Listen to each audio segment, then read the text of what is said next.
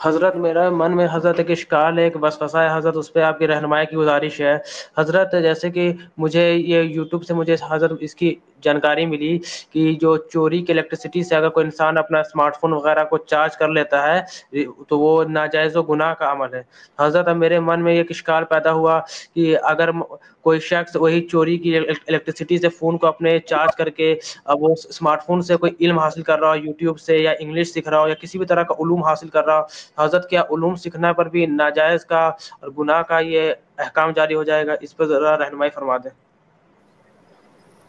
دیکھیے، چوری کرنا گناہ ہے یہ آپ جانتے ہی ہیں، جیسے کہ آپ خود بتا رہے ہیں۔ تو جب کسی انسان کو پتا ہے کہ چوری کرنا گناہ ہے تو وہ بجلی چوری کیوں کرے؟ یہ جو بعد میں سوال آ رہا ہے یہ سوال آنا ہی نہیں چاہیے۔ کیا اگر اس موبائل سے علم حاصل کرنا گناہ نہ ہو تو کیا چوری کریں گے آپ؟ کہ کوئی بات نہیں، علم حاصل کرنے میں کوئی گناہ نہیں، اس لیے بجلی چوری کرتے رہو، موبائل چارج کرتے رہو، کیا ایسا کوئی سوچے گا؟ تو یہ جو بعد والا سوال ہے نا، یہ تو بعد کی بات ہے۔ چوری کرنا ہی گناہ ہے، وہ چوری کیوں کرے، چاہے موبائل چارج کرے یا کوئی اور کام کرے، اس سے وہ حرام ہے، وہ جو کام کر رہا ہے اس پر اسے گناہ ملے گا۔ باقی وہ جو بعد کا مسئلہ ہے اس کو آپ چھوڑ دیجئے، اس پر میں ابھی حکم نہیں لگاؤں گا۔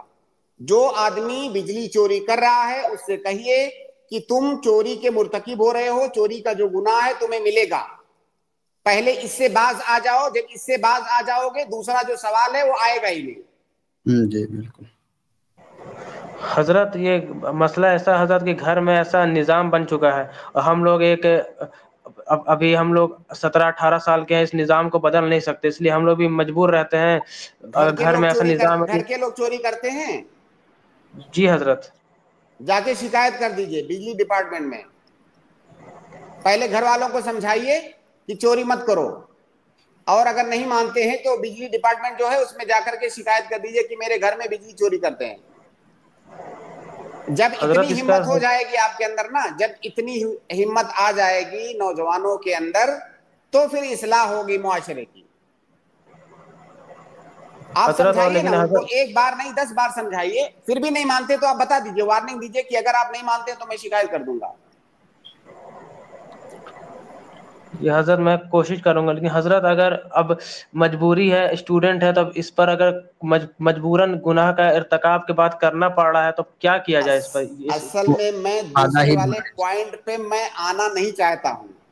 اگر آپ کی مجبوری ہے، مجبوری اسی وقت میں آپ کی مانوں گا جب پہلے آپ نے گھر والوں کو سمجھایا، نہیں مانے، اس کے بعد آپ نے شکایت کیا بجلی ڈپارٹمنٹ میں یا جو بھی اس کے متعلقہ جو ہے